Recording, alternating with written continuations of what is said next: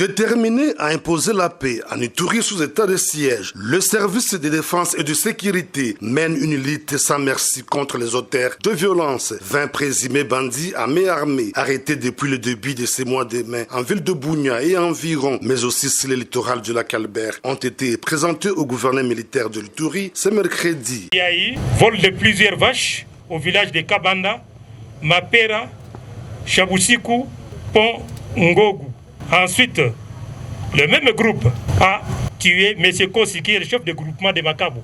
La nouvelle vous a été pardonnée. Ils ont été arrêtés avec une arme du type Uzi, un chargeur, une grenade, des armes blanches et d'autres biens de la population volés. En outre, 6 rebelles ADEF et 2 miliciens Codeco capturés par les forces armées. 7 militaires indisciplinés, dont un colonel impliqué dans l'assassinat du sujet chinois, exploitant dès lors en territoire du Roumou. 2 autres éléments indisciplinés, 2 FARDC et 2 déplacés accusés d'avoir tué un militaire attiré ont été également présentés au commandant des opérations militaires en Ituri par le secrétaire opérationnel de l'armée. Nous avons 4 groupes.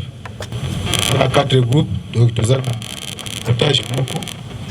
Nous avons capturé. Nous avons Codeco.